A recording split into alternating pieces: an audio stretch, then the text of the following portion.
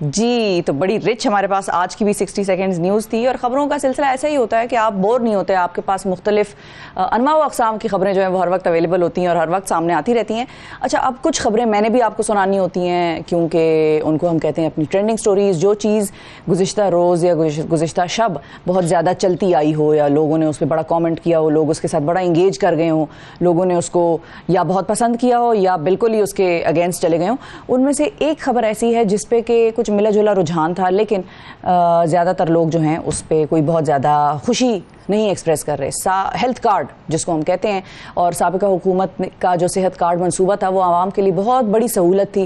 یہ صرف انہی کو اس چیز کا احساس ہے جنہوں نے یا تو اس کارڈ کو استعمال کیا یا جنہوں نے اپنے گھر میں کوئی ایسی بیماری، کوئی ایسی ہیلتھ کنڈیشن گزاری ہے یا جو گزارتے آئے ہیں کہ جن کے لیے علاج کرانا، اس علاج کو کیری آن کرنا، اس علاج میں کنسسٹنسی رکھنا بڑا مشکل رہا ہے due to funds, due to affordability. تو اس کارڈ سے ہر شخص فائدہ اٹھا سکتا تھا اور اپنا علاج مفت کرا سکتا تھا. جب ہم نے اس پہ وزیروں سے بات کی تھی اس وقت تو ان سے ہم نے ایک سوال پوچھا تھا کہ بھائی کیوں سب کو ہی دے دیا؟ مطلب ضروری نہیں ہے کہ وہ جو 1 یا 2% ایلیٹ ہے اس کو اس کارڈ کی ضرورت ہو، ضروری نہیں ہے اپر مڈل کلاس کو اس کارڈ کی فیسلٹی کی ضرورت ہو، وہ تو اپنا علاج کرا سکتے ہیں. تو انہوں نے ہمیں ایک بات کی تھی، انہوں نے کہا تھا کہ اس 1 یا 2 یا 3% عوام کو اس پروگرام سے نکالنے میں ہمارا خرچہ، ہمارے جو اخراجات تھے وہ زیادہ آ رہے تھے، بجائے اس کے کہ اس 1, 2 یا 3% کو بھی ہم یہ فیسلٹی دے دیں اور زیادہ طبقہ ہمارا اس سے کور ہو جائے. بعض اوقات میں آپ کو یہ بھی بتاؤں کہ مڈل کلاس اور اپر مڈل کلاس بھی کچھ ایسے اخراجات میں پھنس جاتی ہے کہ اگر خدا نہ خواستہ ان کے گھر کوئی بیماری آ جائے یا کسی قسم کی کوئی وبا کے وہ شکار ہو جائیں یا کوئی ایسی ہیلتھ کنڈیشن آ جائے جو بڑے لمبے عرصے تک چلے، تو ان کے لیے بھی سسٹین کرنا، فلوٹ کرنا مشکل ہو جاتا ہے فائنینشلی، اس کا علاج کراتے کراتے، دیگر خرچوں کو مینج کرتے کرتے. تو یہ بیماری اللہ نہ کرے کبھی بھی کسی کے گھر میں آئے، اور جب آتی ہے تو بڑی اپنے ساتھ مسائل لے کر آتی ہے.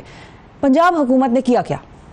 پنجاب کی جو نگراں حکومت ہے بیسیکلی، انہوں نے صحت کارڈ کے استعمال کی ایک نئی پالیسی مرتب کی ہے، اور نئی پالیسی کے مطابق مفت علاج کے حقدار صرف وہی افراد ہوں گے جن کا جو پراکسی جس کو کہتے ہیں سکور، وہ کوئی ان کا سکور ہے جو انہوں نے ہر ایک کا تعین کیا ہوتا ہے کسی ایک پروسیجر خاص کے تحت، وہ 44 ہوگا. اس کے لیے حکومت 3 جس کو ہم کہتے ہیں کہ کچھ انہوں نے اپنا رکھا ہوا ہے کچھ طریقہ کار، اس سے وہ ڈیٹا جو ہے وہ اس کو اینالائز کرتے ہیں اور اس کے بعد پھر یہ سکور ڈیٹرمن ہوتا ہے. نادرا کا ڈیٹا جو ہے وہ فری آٹا اسکیم، بے نظیر انکم سپورٹ پروگرام، مطلب یہ ساری چیزیں جو ہیں یہاں سے ہماری حکومت ڈیٹا کو لیتی ہے. اور نادرا کا یا ہمارا جو بے نظیر انکم سپورٹ پروگرام ہے، اس کے ڈیٹا کے بارے میں ویسے بھی کہا جاتا ہے کہ بہت حد تک پاکستان کے ڈیٹا کو ایک اسٹریم لائن کرنا، ایک پراپر شکل دینے میں ان پروگرامز کا اور ان اداروں کا بڑا ہاتھ ہے. اچھا، اگر ان تینوں جو انڈیکیٹرز ہیں ان کا سکور ہم 44 سے کم ہو، مثال کے طور پہ جو آپ کا بے نظیر انکم سپورٹ پروگرام ہے، فری آٹا کی اسکیم ہے اور نادرا کا جو ڈیٹا ہے اس کے حوالے سے، اگر ان 3 انڈیکیٹرز میں آپ کا سکور 44 سے کم ہوگا تبھی مریض صحت کارڈ سے مفت علاج کرا سکے گا. پرائیویٹ ہسپتالوں میں جو کارڈک سرجری ہے وہ کروانے والے افراد کو علاج کا 30% خود ادا کرنا ہوگا. اور اسی طرح نجی ہسپتال کا جو اگر نجی ہسپتال میں گائنی سے متعلق سرجری ہیلتھ کارڈ پر نہیں کرائی جا سکے گی، یہ بھی جو ہے ایک اہم چیز ہے جو ہم نے سوچا آپ کو ہم بتائیں. تو ہیلتھ کارڈ کو اور ہیلتھ کارڈ سے کون کون سی سروسز آپ حاصل کر سکتے تھے فری، اس میں تھوڑی بہت تبدیلی کی گئی ہے. کچھ سروسز کے لیے اب آپ کو کچھ رقم ادا کرنی ہوگی، کچھ فیصد اس کا، اور کچھ سروسز آپ پرائیویٹ ہاسپٹل سے لے ہی نہیں سکیں گے، آپ کو اس کے لیے صرف سرکاری ہسپتالوں میں ہی جا کر صحت کارڈ استعمال کرنا ہوگا. تو یہ صحت کارڈ کی ذرا پالیسی تھی جو کہ ہم نے سوچا آپ کو بتائیں کہ اس میں ابھی تک کی کیا چینجز ہیں، ہو سکتا ہے آگے آنے والے وقتوں میں اس میں مزید کچھ ادلا بدلی کی جائے. اچھا، اب ایک اور نمبرز جو ہیں وہ بھی سامنے آئے ہیں اور وہ بھی بڑے انٹرسٹنگ ہیں. اب ان چیزوں کچھ چیزیں ایسی ہوتی ہیں زندگی میں جن کو آپ گرے میں دیکھیں گے، آپ بلیک اینڈ وائٹ نہیں دیکھ سکتے. آپ ان کو یہ نہیں کہہ سکتے یہ بہت برا ہے یا یہ بہت اچھا ہے.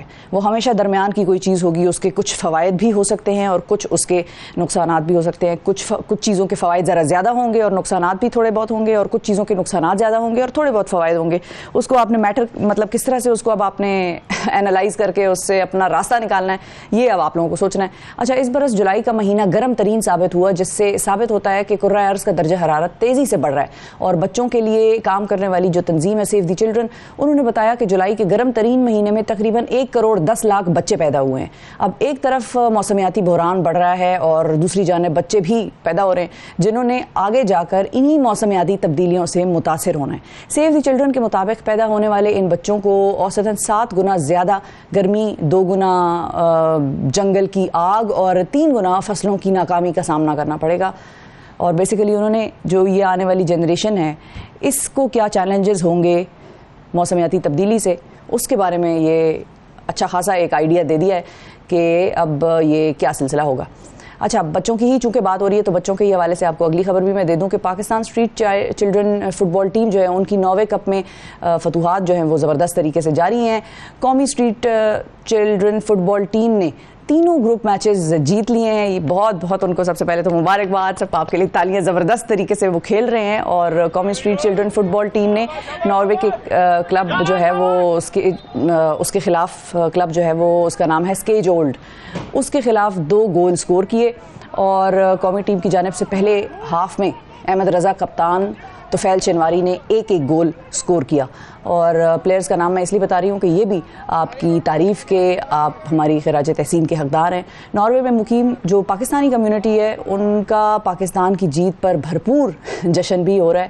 اور کچھ چیزیں ایسی ہوتی ہیں جو زندگی میں آپ کو احساس دلاتی ہیں کہ بڑی ہی ایک طرح سے انفیئر ہے زندگی کی کچھ چیزیں. مثال کے طور پہ کسی کو بہت زیادہ ملا ہوا ہے, کسی کو کچھ نہیں ملا ہوا, اور ٹیلنٹ دونوں سائڈ پہ ہے. ایک چیز جو کانسٹنٹ ہے وہ یہی ہے کہ امیر ہو, ایلیٹ ہو, جو بھی یہ الفاظ ہیں جو بڑے عام استعمال ہوتے ہیں, ان کی طرف ہم دیکھیں تو ان میں بھی بڑا ٹیلنٹ ہے. ضروری نہیں ہے کہ کوئی کسی امیر شخص کا بیٹا ہے اور کسی عہدے پر بیٹھا ہے, یا بیٹی ہے کسی عہدے پر بیٹھی ہے تو وہ کسی کی سفارش سے یا کسی کے کہنے سے یا کسی رسائی سے ہی پہنچی ہو.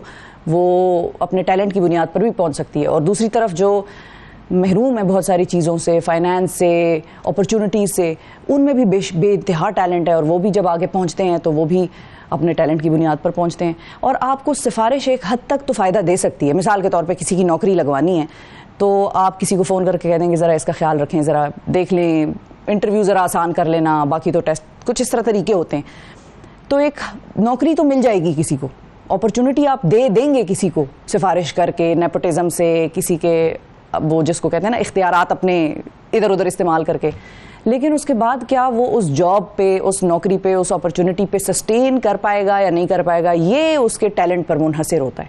آپ ضرور کسی کو کسی جگہ پر کسی اپنے اختیار کو استعمال کر کے پہنچا سکتے ہیں, لیکن پھر اس جگہ سے وہ اپنی زندگی کو کیسے بہتر بنائے گا اور کتنا فائدہ حاصل کر سکے گا, یہ خالصتاً صرف ٹیلنٹ پر منحصر ہوتا ہے. اچھا, ایک اور انٹرسٹنگ چیز ہے, آگے بڑھتے ہیں اور آپ کو بتاتی ہوں کہ ایک پلین کریش کی بھی خبر آئی, اور ہمیشہ اس قسم کی خبریں دیتے ہوئے دل دہل سا جاتا ہے. امریکی ریاست ہے نیو ہیمپشر, ان کے ساحل پر لوگوں کا ایک ہجوم جو ہے وہ بڑا اپنا تفریح میں مگن تھا جب ایک چھوٹا طیارہ اڑتا ہوا آیا اور اس نے سمندر کے پانی میں لینڈنگ کی, اور لینڈنگ کی بیسیکلی کوشش کی, اور عوام نے اسے دیکھتے ہی اپنی تفریح چھوڑ دی اور تماشا دیکھنے میں مگن ہو گئے. پائلٹ کی پانی پر لینڈنگ کی کوشش ناکام رہی اور طیارہ پانی میں کلابازی کھاتا کھاتا گر کر تباہ ہو گیا. اس واقعے کی ویڈیو سوشل میڈیا پر وائرل ہو گئی ہے, جس میں اس پورے واقعے کو آپ دیکھ سکتے ہیں کہ اس نے پہلے پانی پر لینڈ کرنے کی کوشش کی. اچھا, چھوٹے پلینز میں کچھ میں جو ان کی فارمیشن ہے, ان کی بناوٹ ہی اس قسم کی ہوتی ہے کہ وہ پانی پر لینڈ کرنے کے قابل ہوتے ہیں, تو وہ پانی پر لینڈ کر سکتے تھے. اب اس پلین کی مجھے اتنا سمجھ میں نہیں آ رہی فوٹیج میں کہ کیا یہ پانی پر لینڈ کرنے کے قابل تھا یا نہیں, لیکن پائلٹ نے پوری کوشش کی کہ اس کو پانی پر لینڈ کرا کے نقصان کو منیمائز کیا جا سکے, لیکن وہ بس اچھلتا اور پانی پر ہی قلبازیاں کھاتا کریش کر گیا. ہجوم اس حادثے کو دیکھ کر ہکا بکا رہ گئے, اور طیارے میں صرف پائلٹ ہی سوار تھا, لوگ نہیں تھے, اور لوگوں نے جلدی سے 911 کو کال کی, اور پھر جنہوں نے آ کر پائلٹ کو زندہ نکال لیا. اب یہ معجزہ تھا اس خبر میں, اس لیے میں نے کہا کہ جب آپ کو ہم کریش کی یا کوئی اس قسم کی خبر سناتے ہیں تو دل دہل جاتا ہے, لیکن پھر دل دہلنے کا ایک ریزن یہ بھی ہے کہ جس کو اللہ رکھے اس کو کون چکھے. ایمرجنسی سروسز کے حکام نے یہ بھی بتایا ہے کہ طیارہ 25 سے 30 میٹر کے درمیان سمندر میں گر کر تباہ ہوا ہے, اور بہرحال پائلٹ کو 911 کی جو ریسکیو سروسز تھیں انہوں نے بچا لیا ہے اور بچ گیا, اور بیسیکلی جو ہے وہ اب خیر ہو گئی. یہاں پر یہ خبر اصل میں یہ تھی.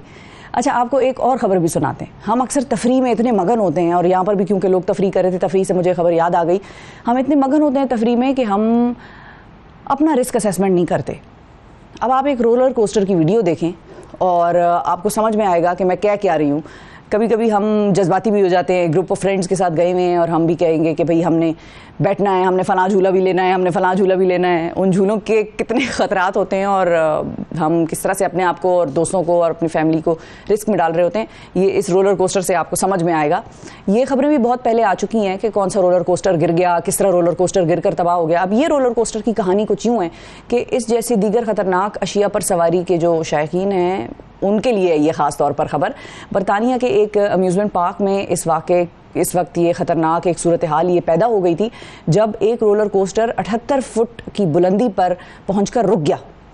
اور ظاہر ہے اب سارے آدھے لوگ نیچے, آپ کی فیملی سارے تو نہیں اوپر جا کے رولر کوسٹر میں بیٹھتے, تو لوگ نیچے بھی کھڑے ہیں, اوپر اس میں بیٹھے ہوئے بھی ہیں. اس میں 8 افراد سوار تھے جن میں ایک 8 سالہ بچی بھی شامل تھی. اچھا اب بچی سے مراد یہ نہیں ہے کہ وہاں پر چھوٹی سی کسی نے بچی کو بٹھایا ہوگا, ایسا نہیں ہے. برطانیہ ہو, یو ایس ہو یا اس قسم کے جو دیگر ڈیولپڈ کنٹریز ہیں, وہاں پر امیوزمنٹ پارکس کے بھی کچھ رولز ہوتے ہیں. مثال کے طور پہ وہاں پر جو اس قسم کی جو سیریس قسم کی اور خطرناک رائڈز ہیں ان میں بارز لگے ہوتے ہیں. جب آپ ٹکٹ لیتے ہیں یا ٹکٹ آپ نے مین لیا ہوا ہے اور آپ ہر رائڈ آپ کے لیے فری ہو جاتی ہے اندر, تو ادھر بارز لگے ہوئے ہوتے ہیں اور وہ بچہ جا کر, یا اگر ایڈلٹس کو تو وہ چھوڑ دیتے ہیں, آپ نظر آ رہا ہوتا ہے کہ ایک لڑکا یا لڑکی بڑے ہیں, لیکن جو بچے آتے ہیں ان کو وہ دیکھ کر اس بار کے نیچے سے گزارتے ہیں یا اس بار کے ساتھ کھڑا کر دیتے ہیں کہ اگر آپ کی ہائٹ اتنی ہے جتنی وہ بار بتاتا ہے اور الاؤ کرتا ہے فار دیٹ پرٹیکولر ہائٹ, تو پھر آپ جا کے اس میں جھولے میں بیٹھ سکتے ہیں. ادروائز اگر آپ کی ہائٹ کم ہے, عمر کم ہے, عمر کا بھی لکھا ہوتا ہے اکثر, بہت ساری ادھر وہاں پر پریکاشنز لکھی ہوتی ہیں اور رولز اینڈ ریگولیشنز کے تحت ہی وہ آپ کو اندر اس رائڈ پہ بیٹھنے دیتے ہیں, ادروائز وہ بچوں کو روک ہی دیں گے. تو اگر اس رائڈ میں بچی بیٹھی ہوئی تھی تو یقیناً وہ بچی جو ہے اپنی ہائٹ اور ایج اور ویٹ کے حساب سے ان کے کرائٹیریا پر پوری اتر رہی ہوگی جو اس رائڈ کے لیے تھا. اچھا اس پر سوار جو افراد ہیں وہ 40 منٹ تک 78 فٹ کی بلندی پر لٹکے رہے اور ظاہر ہے دعائیں پڑھتے رہے, دعائیں کرتے رہے اپنی خیریت کے لیے, عافیت کے لیے. فوری طور پر ایک ریسکیو مشن شروع کیا گیا اور 40 منٹ کے بعد تمام سوار جو تھے, وہ سوار افراد جو تھے, ان کو بحفاظت نیچے اتار لیا گیا اور یوں ایک سانحہ جو ہے وہ رونما ہوتے ہوتے رہ گیا. خطرناک چیزیں ہم کرتے ہیں اپنی زندگی میں اپنے ساتھ, اور for the sake of fun, for the sake of, لیکن میرا یہاں پر کہنے کا, بیٹھ کر یہ باتیں کرنے کا یہ مقصد نہیں ہے کہ لوگ جھولے لینا چھوڑ دیں, بس احتیاط کریں. اور کبھی کبھی ناگہانی جو ہے وہ ہو جاتی ہے, بس اس کا کوئی ریزن نہیں ہوتا. ساری پریکاشنز آپ جو ہیں وہ لے رہے ہوں گے, وہ ساری چیزیں آپ پریکاشنز بھی لے رہے ہوں گے, خیال بھی رکھ رہے ہوں گے, اس کے باوجود کوئی حادثہ ہو جائے گا تو پھر کچھ چیزیں قسمت میں لکھی ہوئی ہوتی ہیں. اچھا میانمار کی خبر آپ کو ذرا میں دے دوں ایک. میانمار میں جمہوری قوتوں کی جو رہنما ہیں آنگ سان سو چی, ان کو 1 فروری 2021 کو گرفتار کیا گیا تھا اور میانمار کی فوج نے ان پر 19 الزامات عائد کیے تھے, جن میں ایک الزام نومبر 2020 میں ہونے والے جو انتخابات تھے ان میں دھاندلی تھا, اور ان انتخابات میں آنگ سان سو چی جو ہیں انہوں نے بھاری اکثریت سے کامیابی حاصل کی تھی. تو ظاہر ہے جو جیتتا ہے اسی پر الزام لگتا ہے کہ بھئی آپ نے دھاندلی کی. اچھا انہیں مجھے نہیں پتا ایگزیکٹلی کہ کی یا نہیں کی ہے, لیکن انہیں فوج نے 33 برس قید کی سزا سنا دی تھی, لیکن اب حکومت نے ان کے خلاف 5 مقدمات جو ہیں وہ واپس لے لیے ہیں, جس کی وجہ سے ان کی قید جو ہے وہ کم ہو کر صرف 6 برس کی رہ گئی ہے. اور 78 سالہ آنگ سان سو چی جو ہیں انہوں نے اپنے خلاف عائد تمام الزامات کو مسترد کیا ہے. انہیں جمہوریت کے لیے جدوجہد پر نوبل امن انعام بھی مل چکا ہے, اور ان کی دیگر جو حرکتیں ہیں وہ مجھے یہاں پر بتانے کی ضرورت نہیں ہے.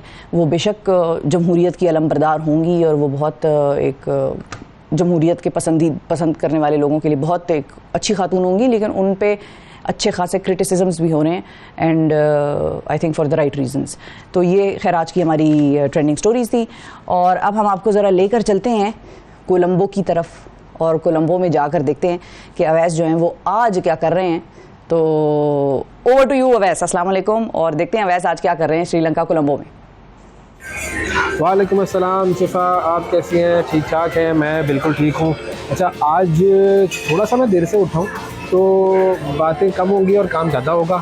اور کام بنیادی طور پر صبح کا کیا ہوتا ہے, سب سے پہلے ناشتہ. آپ کو بہت پسند ہے ناشتہ, تو میں نے سوچا آج آپ کو ذرا ناشتے کا دیدار کروا دوں کہ اس ہوٹل میں ناشتے کی کیا کیا چیزیں ہیں.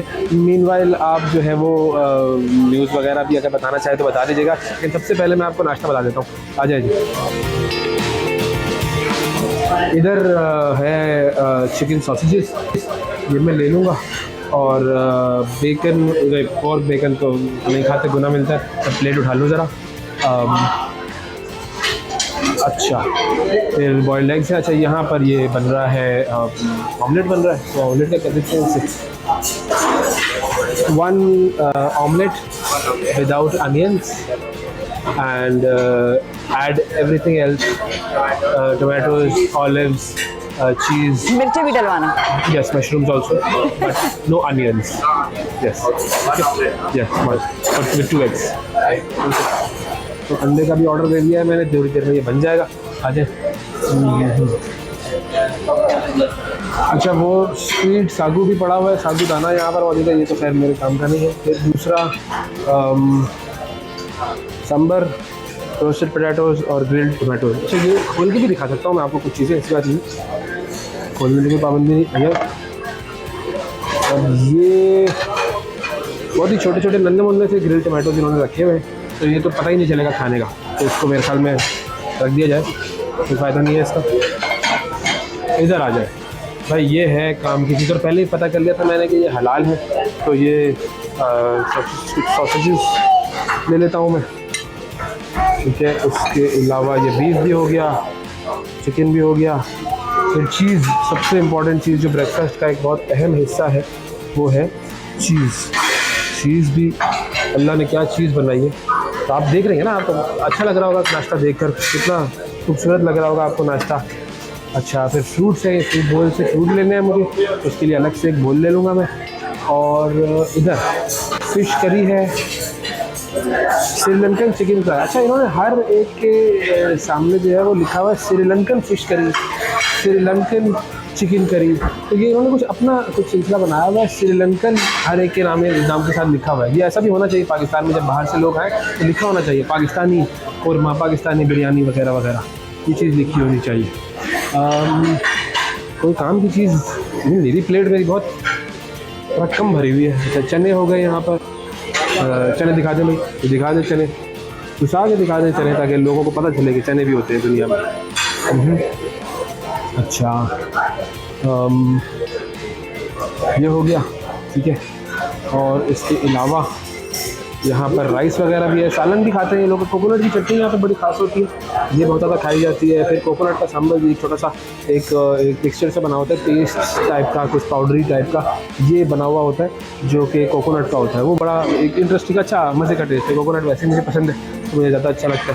پھر یہ پوریاں رکھی ہوئی ہیں، اور تھوڑی سی ویسے یہ کڑک ہو گئی ہیں، لیکن چل جائے گی. پوریاں، اس کا دال اور چھولے یہ کھائے جا سکتے ہیں. باقی فروٹس وغیرہ تو آپ کو پتہ ہے میں لے ہی لوں گا. تو یہ ناشتے کی صورتحال ہے. میں نے سوچا کہ آپ کو چونکہ آپ وہاں بیٹھیے، آپ کو ناشتے کا بتا دوں، آپ ذرا ناشتہ کر لیں ساتھ ساتھ میرا. اور وافلس وغیرہ بھی پڑے ہوئے ہیں بچوں کے لیے، تو آپ کو اگر وہ کھانے ہیں تو وہ بھی ساتھ ساتھ کہاں سے کر لوں، آپ کے پاس ہے، میرے پاس تھوڑی رکھا ہوا ہے، ٹیم کو بھی احساس نہیں ہے. یہ وافلس ہیں تو بچے بڑا شوق سے کھاتے ہیں، تو آپ کے لیے میں ایک آدھ کچھ کھا لوں گا، آپ کی طرف سے کھاؤں گا. تو یہ ہے ناشتے کا سلسلہ. اچھا ویو دکھا دوں گا آپ کو جہاں میں بیٹھا ہوں، یہ بڑا ضروری ہے. کسی بھی جگہ پر آئیں، ہوٹل میں سب سے امپورٹنٹ چیز کیا ہوتی ہے؟ صبح کی ناشتہ کرنا، اور اچھی جگہ پہ ناشتہ کرنا. کیونکہ بالکل نارملی تو آپ کو پتہ ہی ہے کہ وہ جب ہم آفس کے کاموں میں ہوتے ہیں، پروگرام میں ہوتے ہیں، تو پتہ ہی نہیں چلتا ناشتے کا کہ ہم نے کرنا ہے کیا. اور ادھر یہ ویو ہے خوبصورت سا، تو آپ سمندر کو دیکھتے رہیں اور خوبصورت ناشتہ کرتے رہیں. سمندر کے ساتھ ساتھ ٹرین کی پٹری چل رہی ہے. یہ بیسیکلی بیچ روڈ ہے. بیچ روڈ مطلب وہ نہیں کہ روڈ کا بیچ ہے، یہ بیسیکلی بیچ والا روڈ ہے. اس بیچ روڈ پر آپ بیٹھیں، آرام سے ناشتہ کریں، دیکھتے رہیں، انجوائے کرتے رہیں. بہرحال میں انجوائے کرتا ہوں، آپ تھوڑا کام وغیرہ کر لیں. پھر آج کے جو ایڈونچرز وغیرہ ہوں گے وہ دیکھتے ہیں کہ کیا ہے، وہ پھر میں آپ کو بتاتا ہوں. ٹھیک ہے. ویسے آپ نے تو دل ہی للچا دیا، مطلب اب سمجھ نہیں آ رہی کہ دعا ہی دے دیتی ہوں. چلیں آپ نے کم از کم اتنا تو یاد رکھا کہ ہمیں دکھائی دیا کہ آپ کیا کھانے والے ہیں اور کیا کیا ڈال رہے ہیں، اور پلیٹ میں اور بھی سامان ڈال لیں بھائی، مطلب کوئی پابندی تھوڑی ہے. بریک فاسٹ بفے لگا ہوا ہے وہاں پہ. اور یہ بھی آپ نے بہت اہم بات بتائی کہ یہ بیچ روڈ کا مطلب کیا ہے. یہ روڈ کا بیچ نہیں ہے، یہ بیچ کی روڈ ہے. تو ویری امپورٹنٹ اور زبردست. صبح سویرے پاکستان، صبح سویرے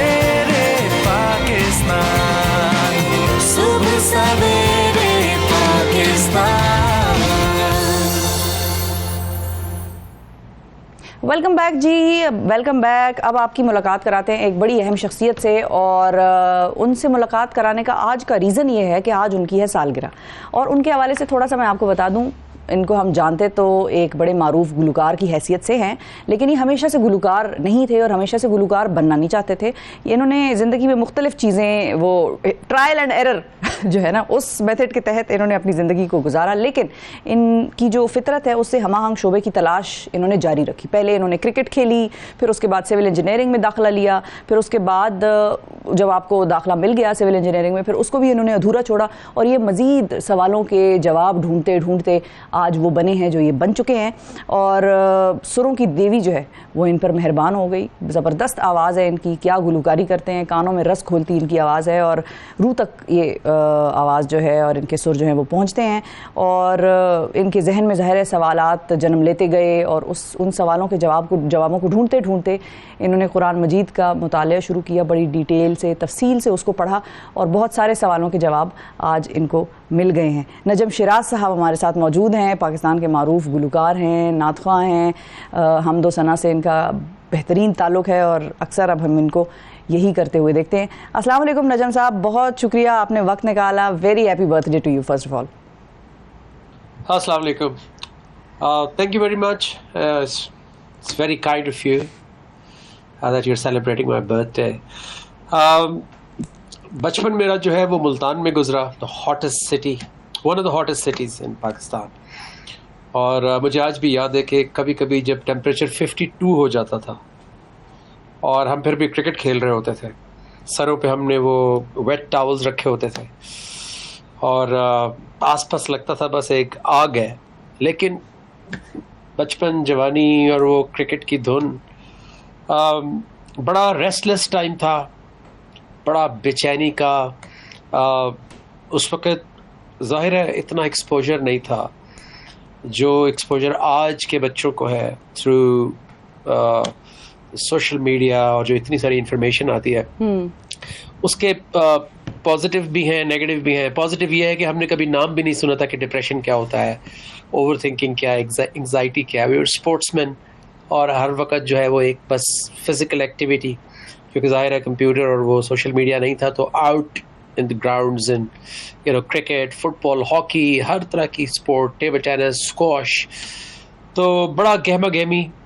وی ور 7، 4 بھائی، 4 بہنیں، 3 بھائی. سو گھر میں بھی بڑی ہسل بسل، آس پاس دوست، اسٹریٹ کے دوست، اسکول کے دوست، پھر کالج کے دوست. تو ملتان کا ٹائم بہت ہی زیادہ ہیپننگ، بہت ہی اچھا گزرا. اور آئی پلیڈ ٹیبل ٹینس اپنی کالج کی ٹیم سے، پھر کرکٹ ملتان ڈویژن سے، انڈر 16، انڈر 19، اور ملتان ریلویز کے لیے میں نے کرکٹ کھیلی. سو ملتان کا ٹائم بڑا زبردست گزرا میرا بچپن کا. اچھا، بہت شکریہ کہ آپ نے شروع میں ہی ہمیں یہ بتایا کہ آپ کا ملتان سے بھی تعلق بالکل ایک گرم علاقہ اور آموں کے لیے بھی بڑا مشہور ہے، اور نجم شیراز کے لیے بھی بڑا مشہور ہے. اچھا، اب یہ بتائیں کہ آپ کی جو گلوکاری تھی، یہ شروعات کس طرح سے ہوئی؟ کیسے آپ کو گلوکاری کی طرف آنے کا خیال آیا؟ کیونکہ پہلے کرکٹ، پھر انجینئرنگ اور تعلیم مکمل کی بعد میں، یا ادھوری چھوڑ دی تھی؟ میوزک کا ایک رجحان، اپریسیشن ہمارے گھر میں تھی. مہدی حسن خان صاحب، نور جہاں، اور انڈین آل دوز گریٹس، یہ سب اپریشیٹ کیا جاتے تھے.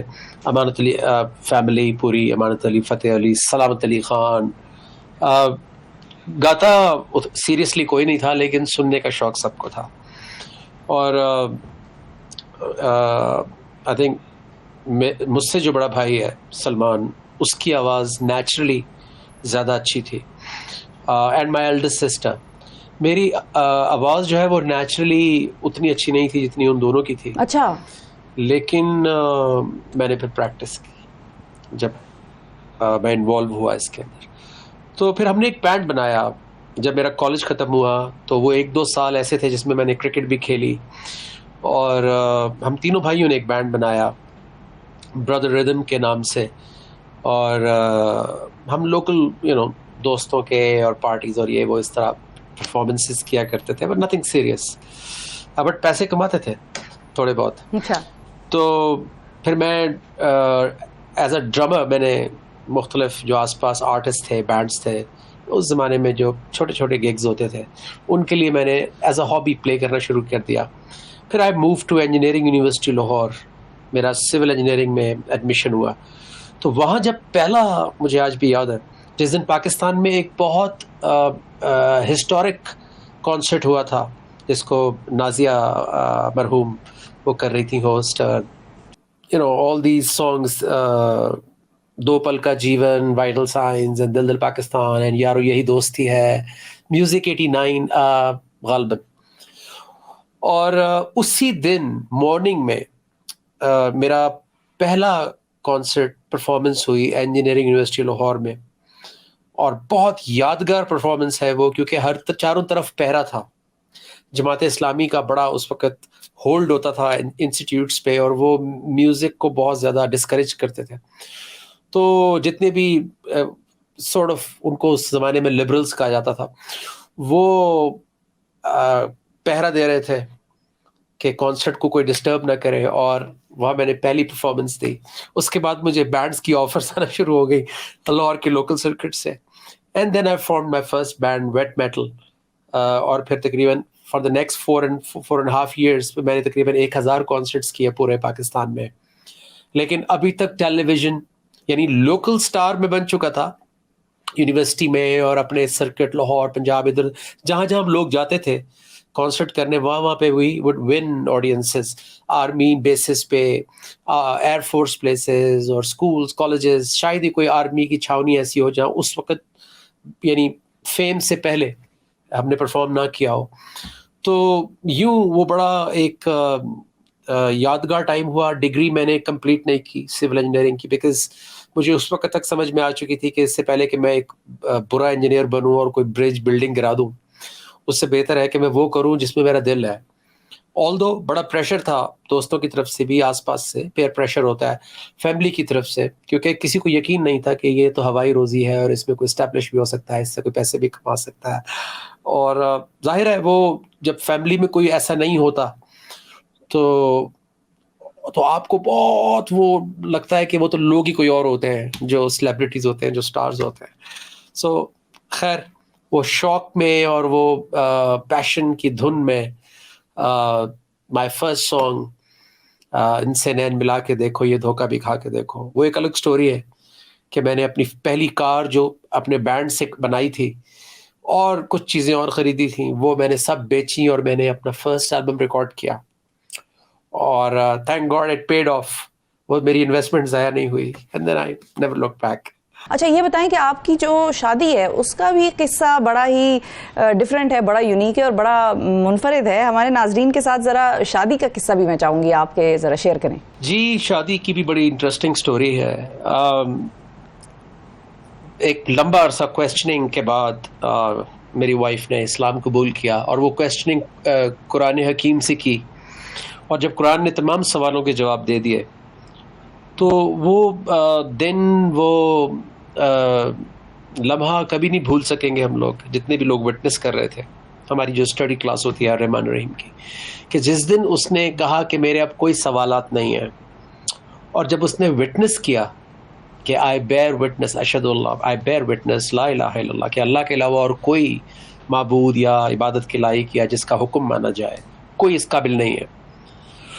تو اس دن ہم لوگوں کو یہ بات سمجھ میں آئی کہ اچھا کلمہ اس طرح پڑھنا تھا کہ اس نے اتنا عرصہ کانٹریکٹ کو نیگوشیٹ کیا، جس طرح ہم بزنس کانٹریکٹ کو نیگوشیٹ کرتے ہیں، ادھر سے آتا ہے، پھر ہم بھیجتے ہیں، پھر وہ بھیجتے ہیں، پھر ہم بھیجتے ہیں، پھر ہم کانٹریکٹ سائن کرتے ہیں.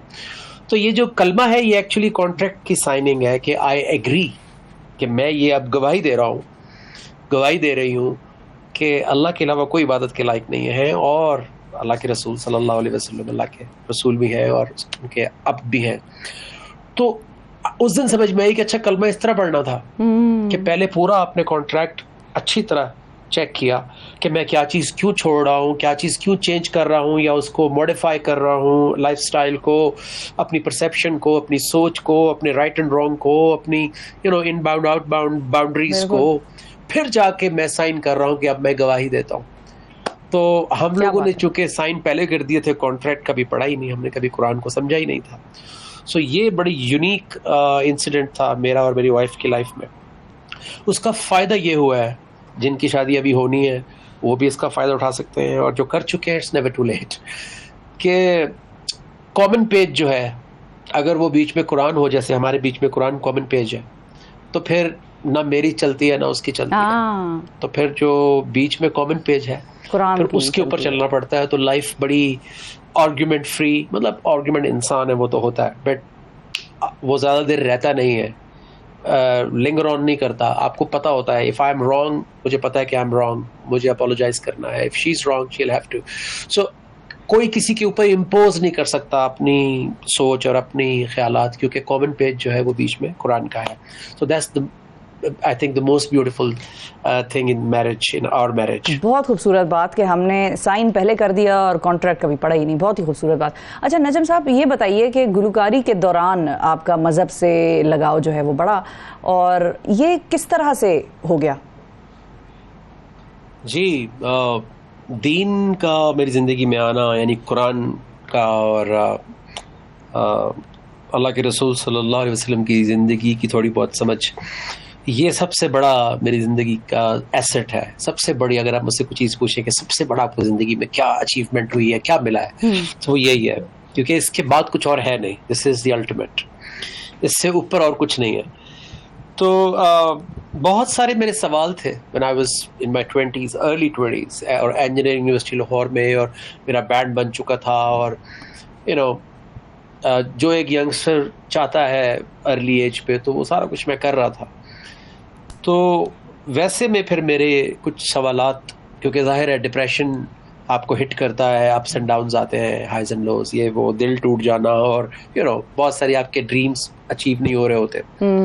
تو ویسے میں پھر میں نے کچھ، وہ ڈائری آج بھی میرے پاس ہے، انجینئرنگ یونیورسٹی لاہور کے ہاسٹل روم میں اکیلے رات کو بیٹھے ہوئے، میں نے کوئی 3-4 بجے کا صبح کا ٹائم تھا، اور میں نے کچھ کویسچنز لکھے. پہلا سوال یہ تھا کہ وائی ایم آئی ہیئر، میں اس دنیا میں کیوں آیا ہوں. اچھا. میری کامن سینس مجھے کہہ رہی تھی کہ مجھے روٹ کاز، مجھے اپنی بیس فاؤنڈیشن کے اوپر جانا پڑے گا، تاکہ میں سٹارٹ اوور کر سکوں زندگی کو پھر سے ایک نئے انداز سے، ایک نئے فریش سٹارٹ لے سکوں.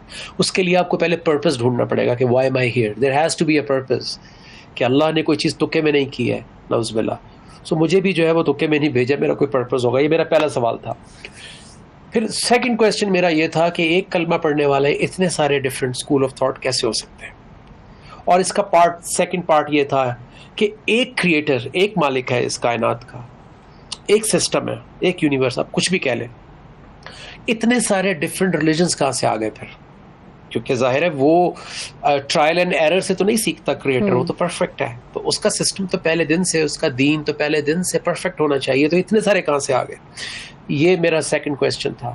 اور تھرڈ کویسچن میرا یہ تھا کہ نماز پڑھتا ہوں لیکن حالات نہیں بدلتے، دماغ کبھی ادھر کبھی ادھر. یہ یونیورسل ایشو ہے. میں نے ہر کانٹیننٹ میں، ہر طرح کی محفل میں، چاہے وہ اسلامک سینٹر تھا یا آڈیٹوریم تھا، میں نے لوگوں سے پوچھا کہ کیا کوئی ایسا ہے جس کو نماز میں خیالات نہیں آتے؟ تو کبھی ایسا نہیں ہوا کسی نے ہاتھ اٹھایا ہو کہ جی مجھے نہیں آتے. تو یہ یونیورسل ایشو تھا اور ہے. تو یہ میرے سوالات تھے. جب قرآن زندگی میں آیا، I was recording my album، جیسے میں نے بتایا آؤ وہاں چلے والا البم، اس دوران مجھے موقع مل گیا. I met my teacher mister Babar Chaudhry, جنہوں نے پھر لیٹر آن میری حمد لکھی، نہ تیرا خدا کوئی اور ہے نہ میرا خدا کوئی اور ہے. سو 3 مہینے میں نے کویسچننگ کی، جس میں یہ تمام سوالات تھے، اور بہت سارے میرے نفسیات کے سوالات تھے کہ کمپیریزن میں، جیلسی میں، کمپٹیشن میں اس کی کیا لائن ہے، اس کی کیا حد ہے، اور صبر، اور اس طرح کے بے چینی کیوں ہے، بے سکونی کیوں ہے، گناہ کنٹرول کیوں نہیں ہوتا، نفس کیا ہے، اور سو آن سو فورتھ. اور سب سے بڑا میرا سوال یہ تھا کہ اللہ کون ہے، کیا چاہتے ہیں، کیا صفات ہیں، کیا ان کی شخصیت ہے. آئی وانٹ ٹو نو ہم. سو 3 مہینے مجھے میرے سوالات کے جوابات ملتے رہے، اور پھر ایونچولی میں نے سرنڈر کر دیا، سبمٹ کر دیا.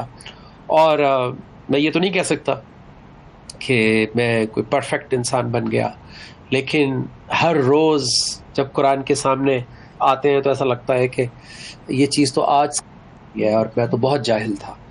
تو یہ سب سے خوبصورت بات ہے قرآن کی، کہ وہ آپ کو ہمبل رکھتا ہے، آپ کو ریئلسٹک رکھتا ہے اور آپ کو ہر وقت جو ہے وہ لرننگ میں اور انڈرسٹینڈنگ میں لگائے رکھتا ہے، جس کی وجہ سے آپ بہت ساری خرافات سے بچ جاتے ہیں، بہت ساری فضولیات سے بچ جاتے ہیں، خام خواہ کے ویسٹ آف ٹائم سے بچ جاتے ہیں، لوگوں سے کمپیٹ خام خواہ کرنا، کمپیریزن کرنا.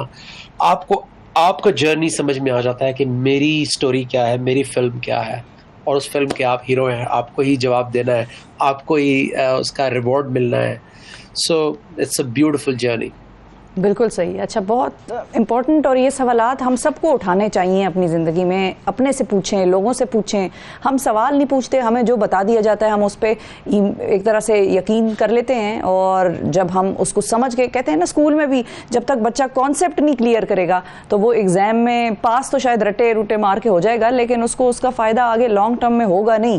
وہ چیزیں بھول جائے گا، وہ رٹے اس کے ذہن سے نکل جائیں گے. تو کانسیپٹس اپنے کلیئر کرنے کی ہمیں بھی بہت ضرورت ہے، اور یہ آج کا میرا خیال ہے آپ کے سیگمنٹ کا تو یہ ٹیک ہوم میسج یہی ہے. اچھا، یہ بتائیں کہ بہت سارے سیلیبریٹیز نے پروفیشنل کام کے ساتھ ساتھ اپنے فلاحی ادارے بنا لیے، یا دوسروں کسی کی فلاحی کسی کاوش میں ان کے ساتھ حصہ دار بن گئے، یا کولیبوریشن کر لی، یا ان کی مدد کرنے کے لیے بیڑا اٹھا لیا. کیا آپ بھی کوئی ادارہ قائم کرنے کا ارادہ رکھتے ہیں؟ کبھی سوچا ہے کہ آپ بھی کوئی فلاحی کام اس طرح کا بھی کریں گے؟ جی، میں نے کبھی نہ ارادہ کیا اور نہ ہی مجھے آفرز ضرور ہوئی بہت اسٹیبلشڈ اداروں کی طرف سے کہ آپ اس کی لک آفٹر کریں یا آپ چلائیں یا یہ وہ. تو میں نے صرف اور صرف والنٹریلی کام کیا ہے الرحمن الرحیم کے لیے، اور ابھی بھی کرتا ہوں. پروگرامز بناتا ہوں، یا باہر پاکستان سے باہر، پاکستان میں جب بھی موقع ملتا ہے I do talk shows, documentaries voluntarily. اور فلاحی ادارے کی طرف میں نے کبھی نہ سوچا اور نہ ہی میرا ارادہ ہے.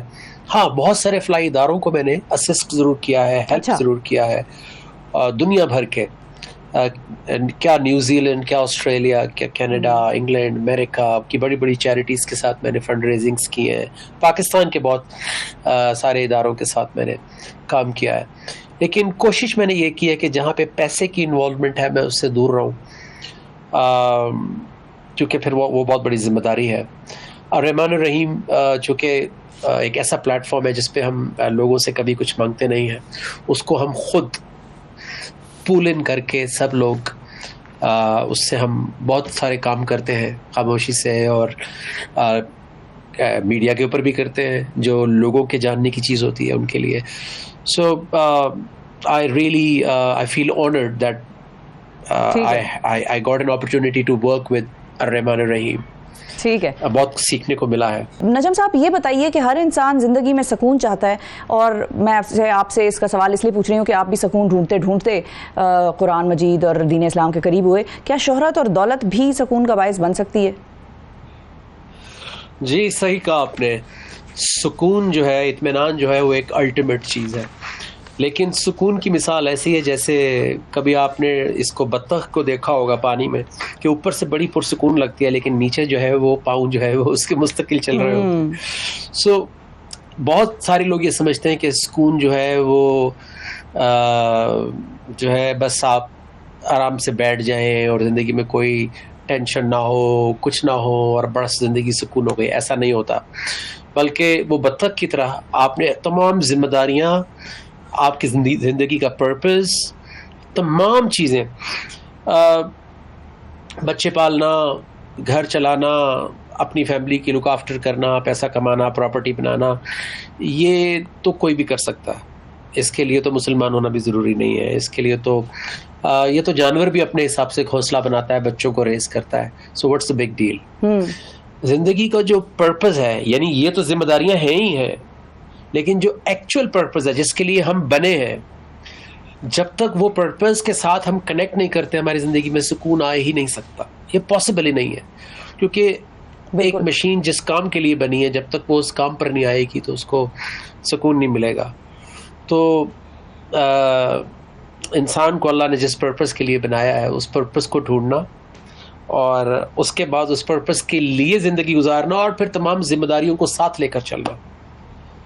تو دولت، شہرت، دونوں اللہ کے بہت ہی خوبصورت گفٹس ہیں، لیکن ان کو استعمال کیسے کرنا ہے، یہ اصل بات ہے. یہ دونوں آپ کو کہیں سے کہیں بھی لے جا سکتے ہیں.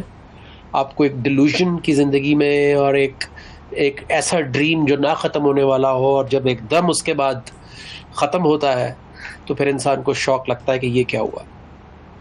میں تو اسی کو سب کچھ سمجھ رہا تھا. سو یس، دولت اور شہرت دونوں آپ کو سکون بھی دے سکتی ہیں اگر آپ ان کو پازیٹیولی یوز کر رہے ہو اور آپ ان کو انجوائے بھی کریں. انجوائے کرنے سے کسی نے منع نہیں کیا، but at the same time how you use it. آپ اس کے لیے جیتے ہیں یا ان دونوں چیزوں کو آپ ہائر پرپس کے لیے یوز کرتے ہیں. یہی میں نے سیکھا ہے قرآن سے، اینڈ یہی میں کرنے کی کوشش بھی کر رہا ہوں، اینڈ اٹس بیوٹیفل. دنیا میں جب لوگ آپ کو اس پرپس کے لیے پہچانتے ہیں تو زیادہ عزت کی بات ہوتی ہے، زیادہ خوشی ہوتی ہے کہ آپ کی وجہ سے یا آپ کی کسی بات سے کسی کی زندگی میں کوئی تبدیلی آتی ہے، معاشرے کے اندر کوئی تبدیلی آتی ہے. تو اٹس اے ہیوج آنر کہ آپ کچھ اچھا اکمپلش کر کے گئے زندگی کے اندر. بالکل بغیر پرپس کی زندگی تو بلینز اینڈ بلینز آف لوگ آتے ہیں، جاتے ہیں، گزارتے ہیں. بالکل ٹھیک ہے. بہت شکریہ ادا کریں گے نجم شیراز، آپ نے وقت نکالا، آج اپنے بڑے خاص دن کے حوالے سے ہم سے گفتگو کی. ناظرین آگے بڑھتے ہیں. پاکستان کے بے شمار مسائل ہیں، ان میں سے ایک مسئلہ ہے طاقت کا اور اختیار کا اور بے دریغ استعمال کا. یہ جو جذبہ ہے یہ انسانی فطرت میں شامل ہے، اپنی طاقت کو بے دریغ استعمال کرنا. ابیوز آف پاور انگریزی میں اس کو کہتے ہیں، اور پھر اس کا ایک اور ٹرم بھی ہوتی ہے مس یوز آف پاور. قوانین اور سماج کا رویہ اسے قابو میں رکھتا ہے، لیکن جب سماج کا رویہ، قوانین کا ڈر بھی قابو میں اس رویے کو نہ رکھ سکے تو پھر ایکویشن جو ہے وہ ڈسرپٹ ہو جاتی ہے، امن کی، پیس کی، لوگوں کی سیفٹی کی، سیکیورٹی کی. بدقسمتی سے پاکستان میں اس جبلت کا منفی اظہار بڑا عام ہے. بہت مرتبہ ہمیں روزانہ سڑکوں پر نظر آتا ہے ٹریفک پولیس کسی بڑی گاڑی والے کو روکے گی نہیں، وہ سگنل توڑتا ہوا دناتا ہوا چلا جائے گا، کوئی اس کو کچھ کہہ نہیں سکے گا. چالان تو دور کی بات ہے، اس کو پوچھنا بھی لوگوں کو جو ہے وہ مشکل میں ڈال سکتا ہے، لوگوں کی نوکریاں چلی جاتی ہیں. اور بچے سب سے زیادہ کمزور مخلوق ہوتے ہیں کسی بھی سوسائٹی کے، سب سے زیادہ ولنریبل ہوتے ہیں کسی بھی سوسائٹی کے، اور اگر وہ گھر کے ملازم ہوں تو ان کا استحصال ایک بڑی معمول کی بات بن جاتی ہے. یونیسیف کی رپورٹ کے مطابق پاکستان میں 33 لاکھ بچے چائلڈ لیبر کا شکار ہیں، جن کا جسمانی، نفسیاتی اور ذہنی تینوں سطحوں پر استحصال جو ہے وہ کیا جاتا ہے. فزیکلی بھی ان کو وائلیٹ کیا جاتا ہے. سول جج کے گھر کا جو کیس ہے جس میں رضوانہ معصوم بچی پر تشدد کیا گیا، 14 سالہ معصوم بچی رضوانہ پر وحشیانہ تشدد کیا گیا بلکہ میں یہ کہوں گی، اس کے بعد اب وہ زندگی اور موت کی کشمکش میں مبتلا ہے. کبھی کہتے ہیں، کبھی یہ سننے کو ہمیں مل جاتا ہے کہ اس کی حالت قدرے بہتر ہے لیکن still she is very critical. یہ معاملہ سامنے آنے کے بعد چائلڈ لیبر اور چائلڈ ابیوز پر بحث چھڑ گئی، لیکن اس میں جذباتیت سے زیادہ ہمیں مسئلے کے حل کی طرف اس ساری سچویشن کو لے کر چلنا ہے، اور اس کیس کی بھی کوشش کرنا ہے ہمیں کہ اس کیس کو بھی ہم ڈائی ڈاؤن نہ ہونے دیں جب تک کہ کلپریٹس کو سزا نہ مل جائے. اب چائلڈ لیبر کے متعلق ہمارے قوانین کیا کہتے ہیں؟ حکومت پاکستان چائلڈ لیبر کو روکنے کے لیے مزید کس قسم کے ایکشنز لینے کی طرف جا رہی ہے، کس قسم کی تدارک کے لیے اقدامات اٹھائے گی، اس پر ہم بات کریں گے. ہمارے ساتھ سابق سینیٹر شہرزاد فاروق صاحبہ ہیں جو کہ چیئرپرسن ہیں national commission on the rights of child پر، اور ہمیں جوائن کر رہے ہیں ڈاکٹر فرید ظفر صاحب بھی جو کہ پرنسپل ہیں لاہور جنرل ہاسپٹل کے.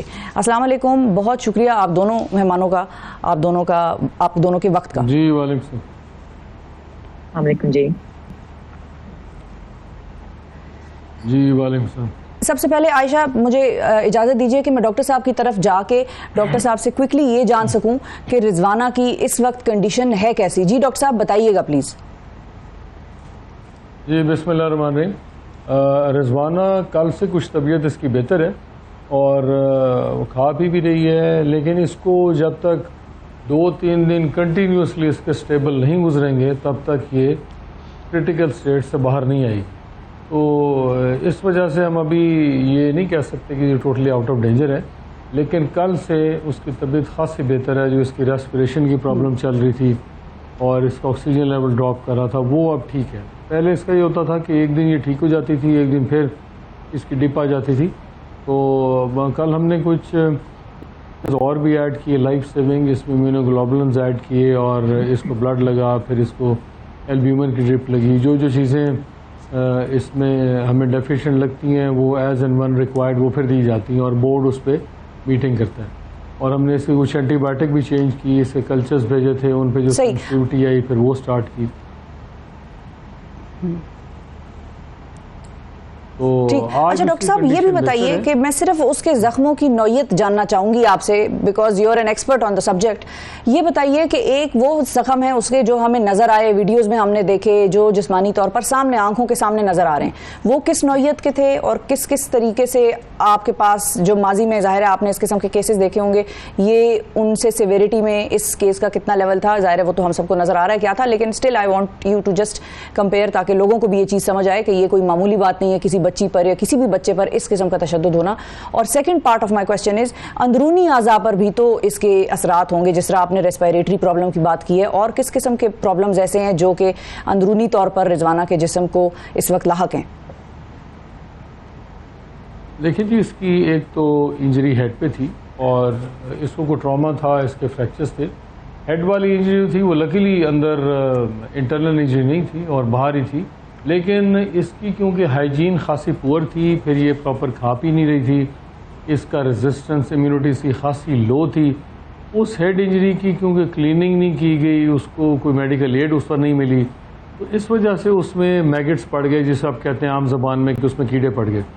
تو وہ ایک تو اس کی پراپر ہم نے کلیننگ کی, وونڈ ڈیبرائمنٹ ہوئی جو کہ اب بہتر ہے. دوسرا اس کے جو بازو ہیں رائٹ اور لیفٹ پہ ایک بون ہوتی ہے النا, جو فور آرم کی ہوتی ہے, اس میں اس کے دونوں سائڈوں پہ فریکچرز ہیں. ایک فریکچر جو ہے وہ الائنمنٹ میں ہے, دوسرا آؤٹ آف الائنمنٹ ہے, تو لیکن دونوں طرف ہم نے پلاسٹر باندھ دیے ہیں.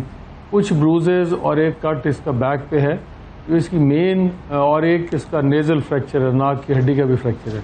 اس کی جو مین پرابلم آئی کیونکہ یہ زخم جو تھے یہ پراپر میڈیکلی ٹریٹ نہیں ہوئے تھے, ان میں انفیکشن پھیلا اور جس کو ہم سیپٹاسیمیا کہتے ہیں, اور وہ انفیکشن پھر اس کے بلڈ کے تھرو ہر آرگن میں چلا گیا. اس نے جا کے زیادہ پرابلم کی, وہ اس نے لیور کو افیکٹ کیا, اس نے اس کے لنگس کو, ہارٹ کو, ان کو افیکٹ کیا. تو اس میں لیور تو اس کا بہتر ہونا شروع ہو گیا. ہارٹ ریٹ اس کا شروع میں اپ اینڈ ڈاؤن ہو رہا تھا, لیکن وہ بھی ہم نے کنٹرول کر لیا. پھر ہم نے کارڈیولوجسٹ کو بھی اس بورڈ میں ڈالا اور وہ چیزیں ہماری بہتر ہو گئیں. لیکن اس کے لنگس کا ہم نے 2 دفعہ برونکوسکوپی کی ہے, جس میں وہ ایک کیمرہ ہوتا ہے جو آپ لنگس میں ڈالتے ہیں, تو اس میں سے انفیکٹو میٹیریل جو تھا وہ ہم نے 2 دفعہ اسپریڈ کیا, لیکن بار بار وہ نہیں کر سکتے.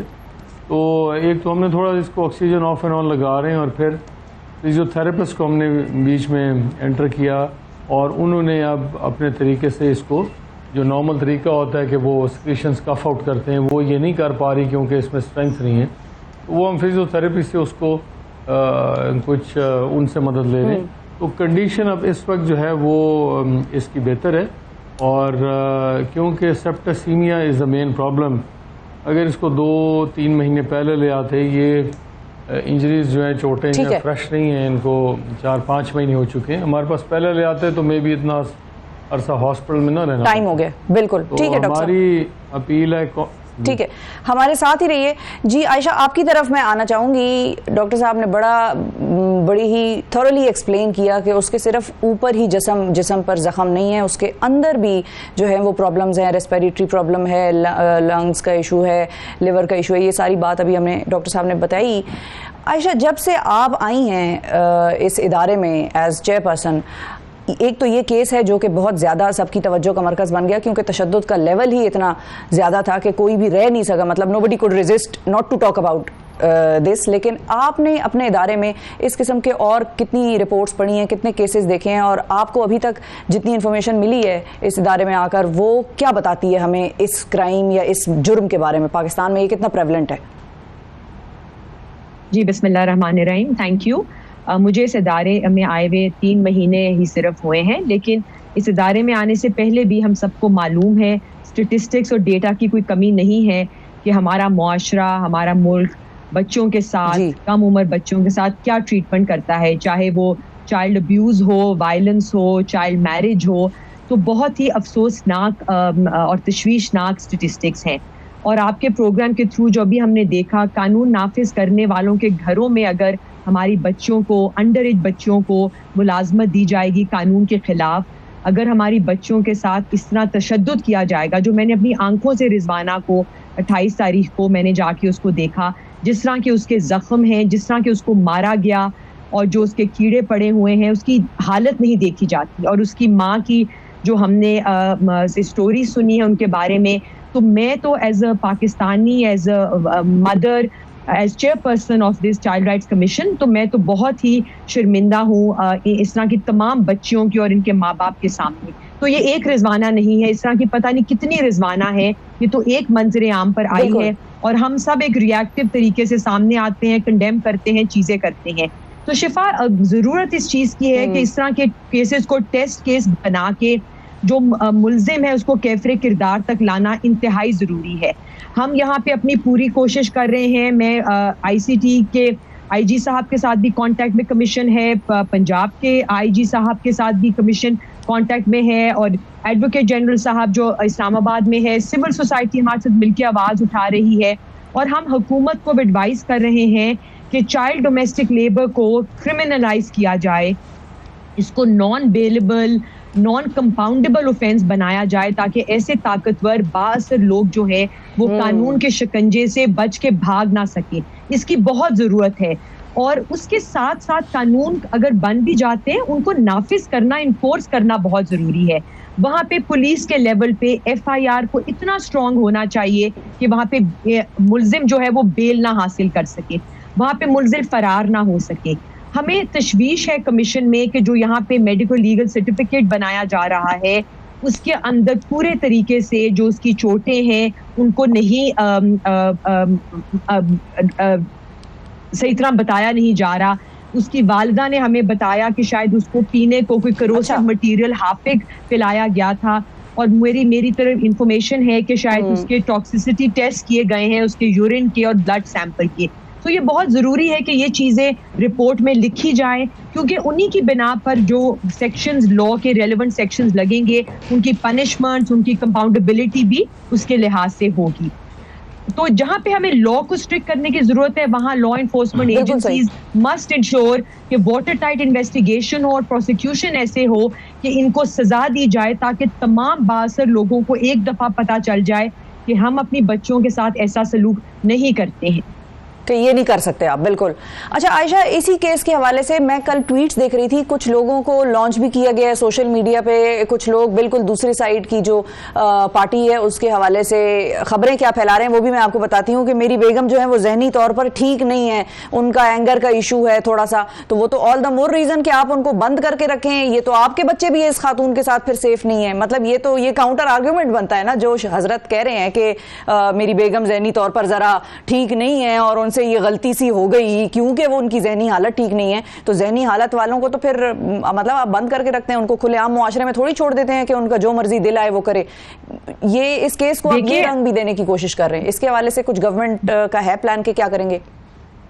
دیکھیں, مینٹل ہیلتھ کے اوپر میں کامنٹ نہیں کروں گی ان کی کیا ہیلتھ ہے, لیکن اگر mental health is an issue تو ان کے اپنے بچے کیوں, پھر تو اب ہر ایک کے ساتھ ایک جیسا تشدد کریں نا, صرف ایک گھر میں انڈر ایج ملازمہ کے ساتھ نہ کریں. اگر آپ کو غصے کی پرابلم ہے تو پھر تو آپ اپنے بچوں کا جو بھی گھر میں ہوگا آپ ایک جیسا ہی رویہ رکھیں گے ان کے ساتھ بھی, اور ان کا جو بھی مینٹل حالت ہے اس کے اوپر پھر ان کو علاج کروانا چاہیے, اور قانون سے بھاگنا نہیں چاہیے. They should appear before the court of justice and اپنا اس کے اوپر پریزنٹ کریں. لیکن شفا, میں یہ بھی کہنا چاہوں گی کہ ضرورت یہ بھی ہے کہ میڈیا, آپ جیسے لوگ ہمارے ساتھ مل کر یہ چیز ایڈووکیسی کریں کہ ایسے پیرنٹس جو ہیں جو غربت کی ایکسکیوز بنتی ہے بچوں کو ایسی ملازمت میں بھیجنے کی, نہ اور اسکول نہ بھیجے. State has to step up and ensure کہ ہمارے بچے چائلڈ ڈومیسٹک لیبر میں نہ دیے جائیں یا بیگ نہ کریں روڈ کے اوپر آ کے, اور وہ اسکولوں میں جائیں. سو اسٹیٹ کی سب سے پہلی ذمہ داری بنتی ہے. لیکن آئی تھنک اس کے ساتھ ساتھ جو والدین ہیں ان کی بھی بہت بڑی ذمہ داری بنتی ہے کہ